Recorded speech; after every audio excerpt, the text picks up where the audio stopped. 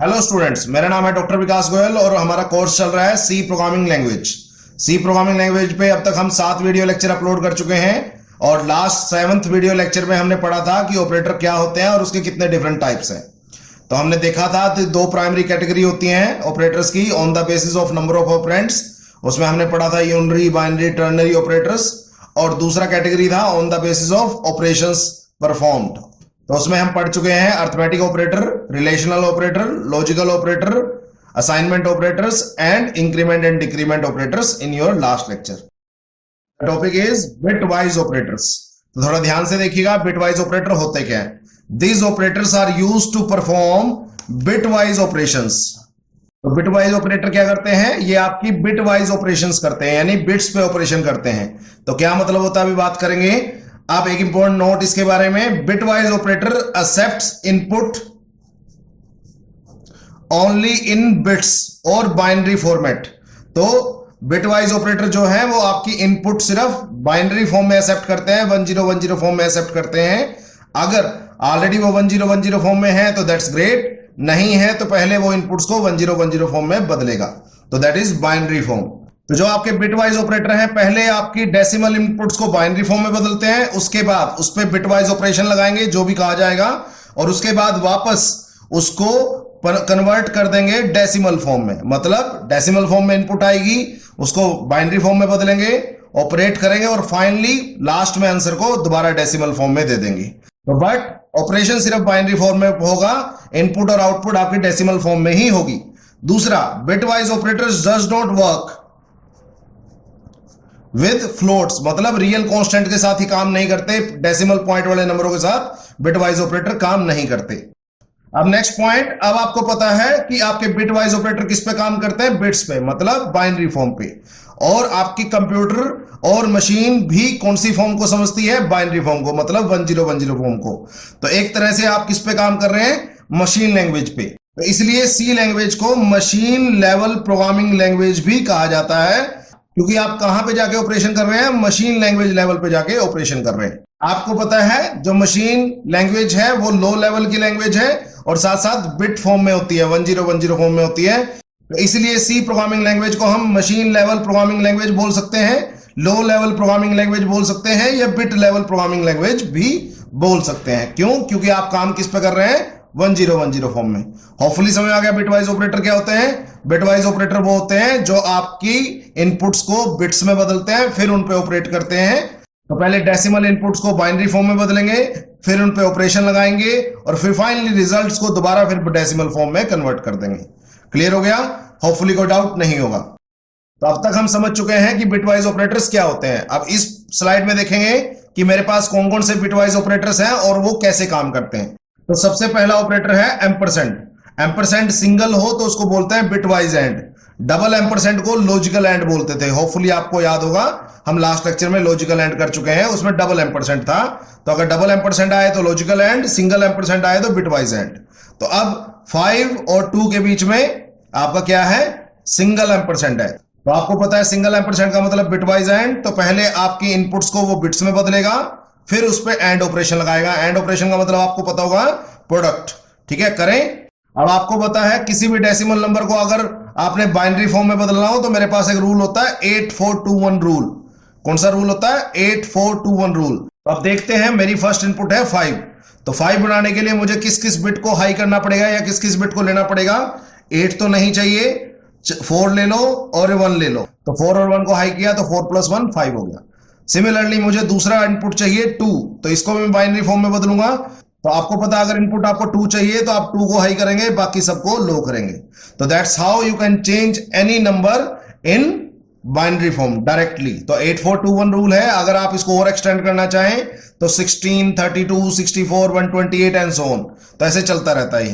तो सबसे पहले हमने इनपुट्स को किस में बदला? बिट फॉर्म में। तो बिट फॉर्म में बदल गया। ठीक है जी। अब इसका एंड करेंगे बिटवाइज। तो 1 एंड 0, आपको पता है एंड का मतलब प्रोडक्ट होता है।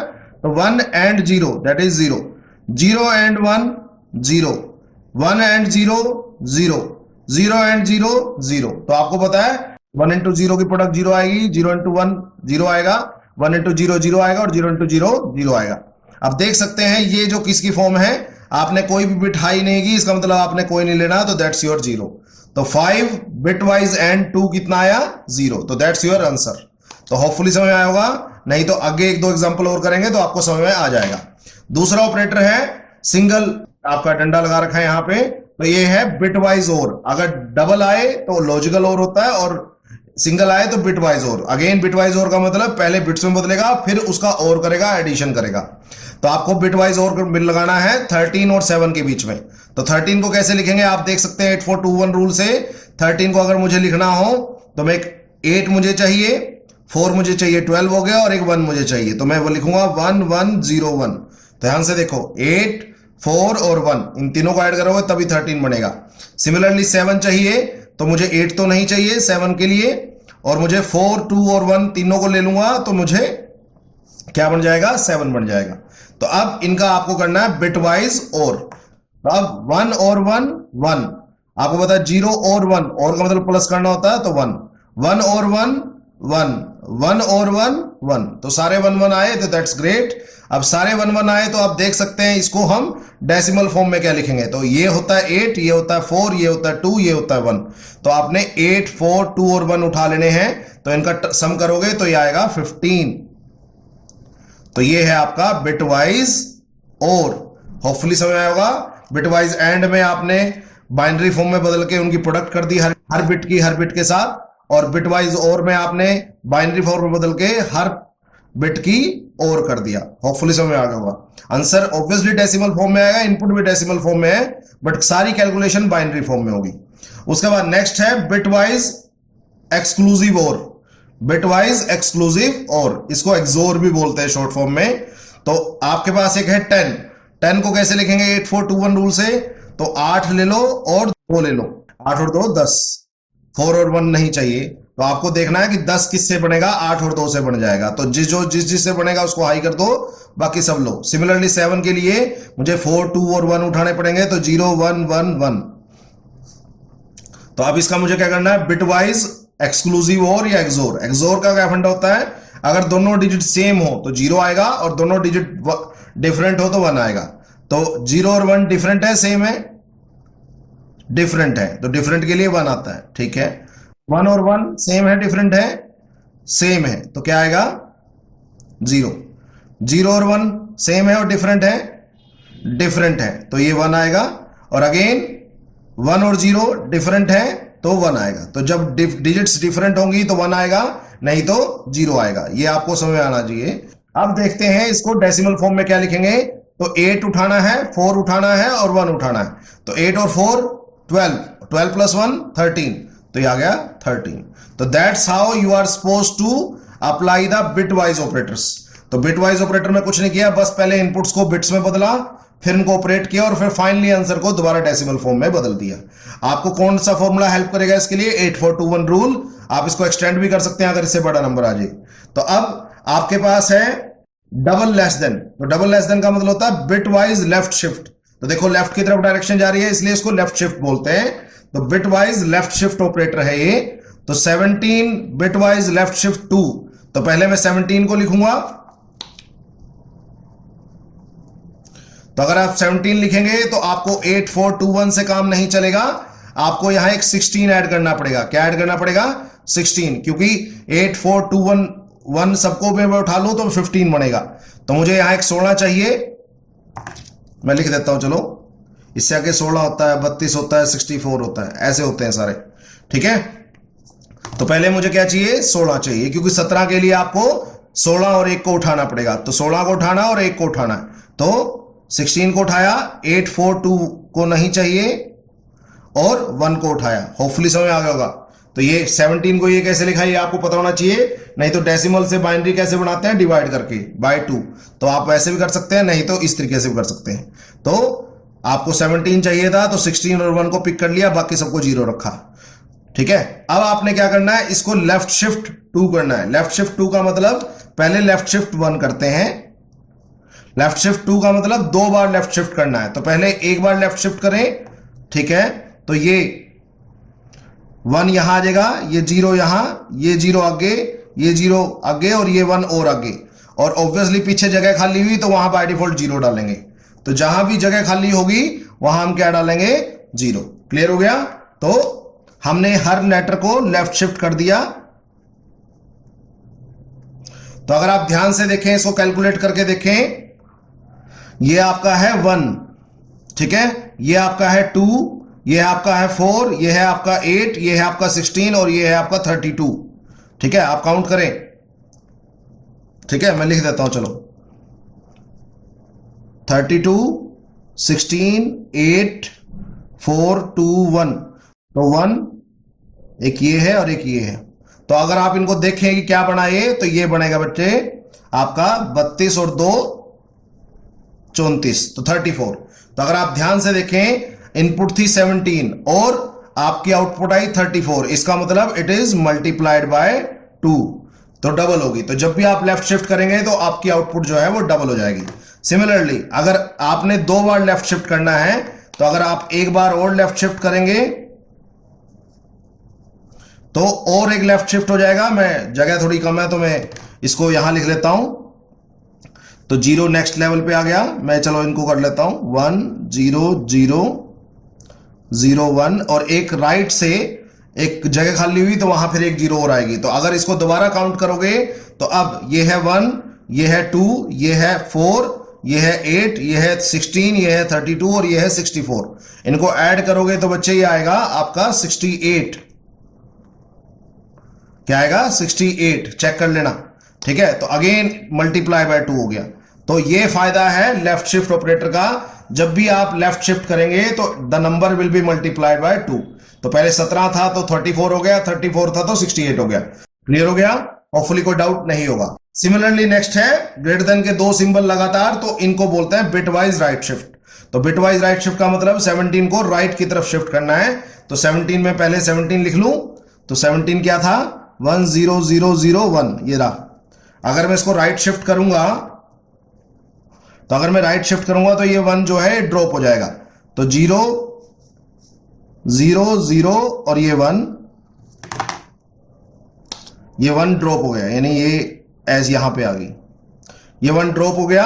अब ऑब्वियसली लेफ्ट में आपके पास जगह बची है तो आप उसकी जगह 0 डाल सकते हैं। तो जैसे यहां पे लेफ्ट शिफ्ट किया था तो राइट में जगह बची थी तो 0 डालना था। और सिमिलरली अगर राइट शिफ्ट करेंगे तो लेफ्ट में जगह बचेगी तो वहां 0 डालेंगे। तो अब अगर आप इसको देखोगे कि ये क्या कौन सी फॉर्म है, तो ये है 1, ये है 2, ये है 4, ये है 8। तो इनको टोटल करोगे तो ये आएगा 8।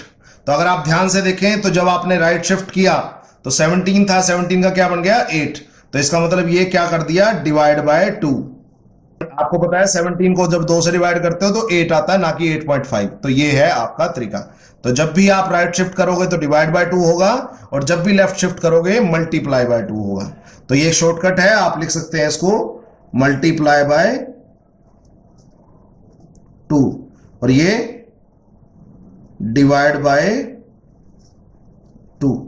तो ये आपको पता होना चाहिए कि लेफ्ट शिफ्ट और राइट शिफ्ट की वजह से क्या फर्क पड़ता है। कई बार आपसे डायरेक्ट आउटपुट पूछ लेता है, तो आपको पता है इस 17 को 2 बार लेफ्ट शिफ्ट करना है तो 2 बार डबल कर दो। तो पहले बार डबल 34, दूसरी बार डबल करोगे 68। तो सिमिलरली 17 को एक बार राइट शिफ्ट करना है तो एक बार ये हाफ हो जाएगा, डिवाइड हो जाएगा बाय 2 से। तो means 17 by 2 that is 8। Okay, अब नेक्स्ट है ये सिंबल, तो that is bitwise one's complement. आपको पता है वंस कॉम्प्लीमेंट में क्या करते हैं, जो बिट 1 होती है उसको 0 कर देते हैं, जो 0 होती है उसको 1 कर देते हैं। तो मुझे 4 का वंस कॉम्प्लीमेंट निकालना है, तो मैं 4 को लिखूंगा 8421 रूल से। तो आप देख सकते हैं 0 1 0 0। तो आप देख सकते हैं सिर्फ 4 को हाई किया, बाकी सबको लो किया। और जनरली जब हम लिखते हैं तो हम 8 बिट में लिखते हैं डेटा। तो आप 8 बिट में लिख लिया, तो बाकी लेफ्ट 4 बिट खाली थी तो मैंने 0 लिख लिया। तो अब अगर आप इसका कॉम्प्लीमेंट निकालेंगे तो हर बिट को उल्टा कर दो। तो ये आएगा 0 का 1, फिर 1, फिर 0, फिर 1, फिर 1, फिर 1, फिर 1 और फिर 1। तो ये है आपका आंसर। अब इसको डेसिमल फॉर्म में कैसे बदलेंगे हम लेटर स्टेजेस पे बात करेंगे, फिलहाल नहीं। तो क्लियर हो गया। तो बिटवाइज एंड में पहले जो भी इनपुट है उनको बिट्स में बदला बाय 8421 रूल, और फिर उसको बिटवाइज एंड कर दिया। सिमिलरली बिटवाइज और में हर इनपुट को बाइनरी फॉर्म में बदला 8421 रूल से, फिर उनको बिटवाइज और कर दिया। एक्सक्लूसिव और भी मैंने बता दिया। बिटवाइज लेफ्ट शिफ्ट का मतलब पहले बिट फॉर्म में लिखेंगे, फिर उसको लेफ्ट शिफ्ट कर देंगे, जो राइट में जगह खाली होगी वहां हम 0 ऐड करेंगे। Similarly right bitwise right shift, तो बिटवाइज राइट शिफ्ट में हम राइट की तरफ शिफ्ट करेंगे और जो लेफ्ट में जगह खाली होगी हम उसकी तरफ 0 लगाएंगे। तो बिटवाइज लेफ्ट शिफ्ट है मल्टीप्लाइड बाय 2 होता है, आपको पता है लेफ्ट शिफ्ट में बड़े नंबर्स की तरफ हो जा रहा है तो इसलिए मल्टीप्लाइड बाय 2 किया, और बिटवाइज राइट शिफ्ट में वो छोटे नंबर्स की तरफ जाएगा तो डिवाइड बाय 2 होगा। और वंस कॉम्प्लीमेंट भी मैंने बता दिया, ऑब्वियसली जो इनपुट है उसको 8 बिट में लिख के आप उसका वंस कॉम्प्लीमेंट निकाल दीजिए। क्लियर हो गया? इसकी आउटपुट एग्जैक्ट क्या आएगी हम बात करेंगे लेटर स्टेजेस पे, फिलहाल नहीं। अब नेक्स्ट टाइप ऑफ ऑपरेटर है कंडीशनल, टर्नरी और क्वेश्चन मार्क कोलन ऑपरेटर। तो आप इसका कोई भी नाम दे सकते हैं, तीनों नाम फेमस हैं। मैं इसको ऐसे कर देता हूं, लो ये इकट्ठा है। तो आप कंडीशनल बोल सकते हैं, टर्नरी ऑपरेटर बोल सकते हैं और क्वेश्चन मार्क कोलन ऑपरेटर बोल सकते हैं। तो कंडीशनल ऑपरेटर एक्सेप्ट 3 ऑपरेंड्स। तो सिर्फ कंडीशनल ऑपरेटर एक ऐसा ऑपरेटर है जो 3 ऑपरेंड एक्सेप्ट करता है, इसलिए इसको टर्नरी ऑपरेटर कहते हैं। That's why it is called as ternary operator. Hopefully समझ आ गया टर्नरी ऑपरेटर क्यों है। हाँ, पूरी सी लैंग्वेज में एक ही टर्नरी ऑपरेटर है, that is conditional operator. It is the only ternary operator in C programming language. Its syntax is, syntax का मतलब होता है लिखने का तरीका। ठीक है, तो लिखने का तरीका क्या है, पहले आप कोई ना कोई कंडीशन लिखेंगे, क्वेश्चन मार्क उसको चेक करेगी, अगर आपकी कंडीशन ट्रू होगी तो आपका आर्गुमेंट 1 चलेगा, आर्गुमेंट 2 स्किप हो जाएगा। अगर आपकी कंडीशन फॉल्स होगी तो आपका आर्गुमेंट 2 चलेगा, आर्गुमेंट 1 स्किप हो जाएगा। तो दोनों में से एक आर्गुमेंट चलेंगे, डिपेंड करता है कैसे कि कंडीशन क्या है, ट्रू है या फॉल्स है। ट्रू है तो आर्गुमेंट 1 चलेगा सिर्फ, और फॉल्स है तो आर्गुमेंट 2 चलेगा सिर्फ। चलो, so first of all condition will be evaluated first. तो कंडीशन को सोल्व करेगा, if condition will be true then argument 1 चलेगा, will be executed else argument 2। तो ये होपफुली समझ आ गई होगी बात। अब एक एग्जांपल के थ्रू इसको समझते हैं। एग्जांपल में है लिया मैंने int a = 5। आपको पता है int का मतलब एक इंटीजर वेरिएबल, जिसको पता है ठीक है, नहीं पता तो हम इसके बारे में बात करेंगे 1-2 लेक्चर के बाद। ठीक है, हमने उसमें क्या डाल लिया 5। अब उसके बाद क्या है, ये कंडीशनल ऑपरेटर लिखा है, क्वेश्चन मार्क से लेफ्ट में जो लिखा होगा वो आपकी कंडीशन होगी, क्वेश्चन मार्क और कोलन 1 के बीच में जो लिखा होगा वो आपका आर्गुमेंट 1 होगा, और कोलन और सेमी कोलन के बीच में जो होगा वो आपका आर्गुमेंट 2 होगा। होपफुली समझ आ गया। तो सबसे पहले आपको पता है कंडीशन इवेल्युएट होगी, देखते हैं ये ट्रू है फॉल्स है। तो आपको पता है ये क्या है, मॉडुलो डिवीजन। मॉडुलो डिवीजन क्या करता है, रिमाइंडर रिटर्न करता है। तो 5 को 2 से डिवाइड करो, तो 5 को 2 से डिवाइड करो, रिमाइंडर आएगा 1। तो 1 0 का इक्वल है, नहीं है, नो। तो ये कंडीशन आ गई फॉल्स। तो अगर कंडीशन फॉल्स आए तो आपको पता कौन सा आर्गुमेंट चलता है, आर्गुमेंट 2। तो आर्गुमेंट 2 इवैल्यूएट होगा। तो सिंपल ही बात है। तो कंडीशन अगर ट्रू हो जाती तो आर्गुमेंट 1 में चलाता, तो उसका मतलब वो इवन नंबर हो जाता, और अगर कंडीशन फॉल्स आ गई तो इसका मतलब वो आर्गुमेंट 2 चलाएगा। इसका मतलब क्या प्रिंट करेगा, ऑड नंबर। तो मेरी क्या आउटपुट आएगी इस क्वेश्चन की, ऑड नंबर। तो होपफुली समझ आ गया कि ऑड नंबर क्यों प्रिंट हुआ। तो होपफुली कोई डाउट नहीं होगा, स्टिल कोई पॉइंट आउट डाउट होगा तो पूछ लेना। तो कंडीशन इवैल्यूएट हुई, अगर ये ट्रू होती तो हम आर्गुमेंट 1 चलाते हैं, अगर फॉल्स है तो आर्गुमेंट 2 चलाते हैं। बट ये कंडीशन फॉल्स मिली इसलिए मैंने आर्गुमेंट 2 चलाया। आर्गुमेंट 2 में एक प्रिंटफ स्टेटमेंट है। प्रिंटफ स्टेटमेंट क्या करती है, स्क्रीन पे आउटपुट प्रिंट करती है। क्या प्रिंट किया, ऑड नंबर। तो होपफुली समझ में आ गया होगा। अब नेक्स्ट करते हैं last type of operators, that is special और मिसलेनियस ऑपरेटर्स। तो ऐसा नहीं है कि जितने अब तक ऑपरेटर लिस्ट किए वही ऑपरेटर्स हैं, छोटे मोटे और बहुत सारे ऑपरेटर हैं जो काफी यूज होते हैं, बट एडवांस कंसेप्ट्स में यूज होंगे। तो apart from regular operators there are some special और miscellaneous operators, those are used for some miscellaneous purpose या सम स्पेशल पर्पस। तो कुछ लिस्ट ऑफ ऑपरेटर है। फर्स्ट ऑपरेटर है साइज ऑफ। क्या है, साइज ऑफ, ब्रैकेट एक्स। तो इसको बोलते हैं साइज ऑफ ऑपरेटर। इकट्ठा है तो ये क्या रिटर्न करता है, it returns the number of bytes taken by the argument x in memory. तो मेमोरी में आर्गुमेंट एक्स ने कितने बाइट ली उसको बताता है साइज ऑफ ऑपरेटर। तो कभी भी किसी भी वेरिएबल की आपको नंबर ऑफ बाइट्स पता करनी हो तो you can take the help of size of operator. Clear हो गया। नेक्स्ट है डॉट ऑपरेटर।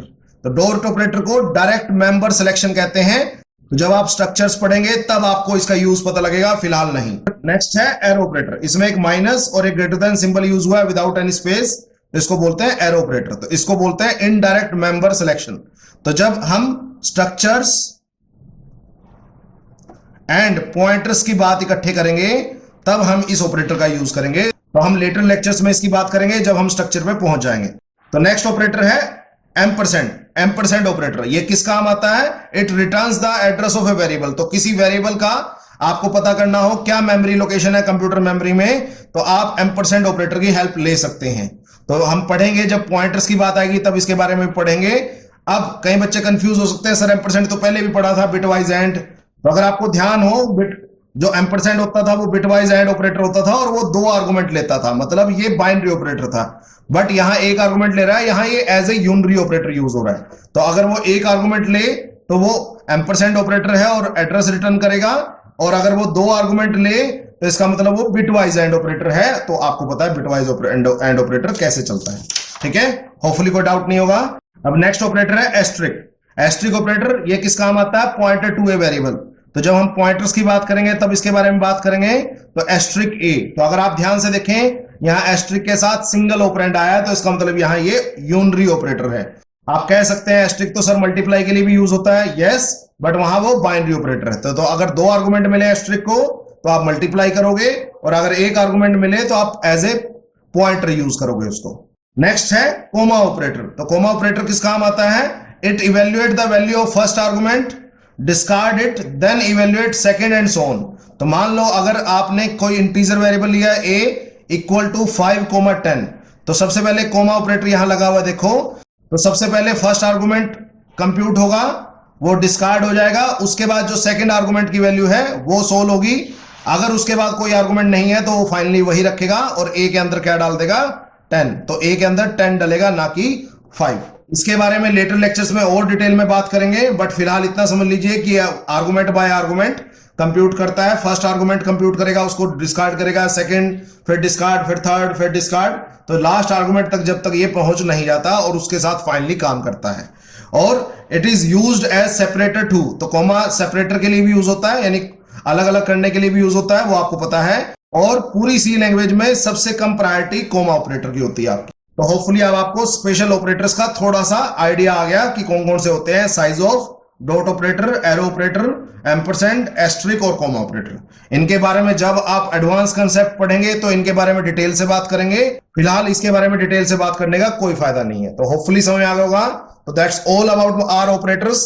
तो ऑपरेटर की सारी टाइप हमने कवर कर ली, आपको बता भी दिया यूनरी, बाइनरी और टर्नरी ऑपरेटर कौन कौन से होते हैं, और on the basis of operation कौन कौन से ऑपरेटर हैं और उनका क्या क्या काम है। तो आपको हर टाइप ऑफ ऑपरेटर बिल्कुल अच्छी तरह से आना चाहिए। मैंने हर चीज बिल्कुल डिटेल में आपको समझाई है, होपफुली आपको समझ में आई होगी, ठीक है। तो that's all for the day.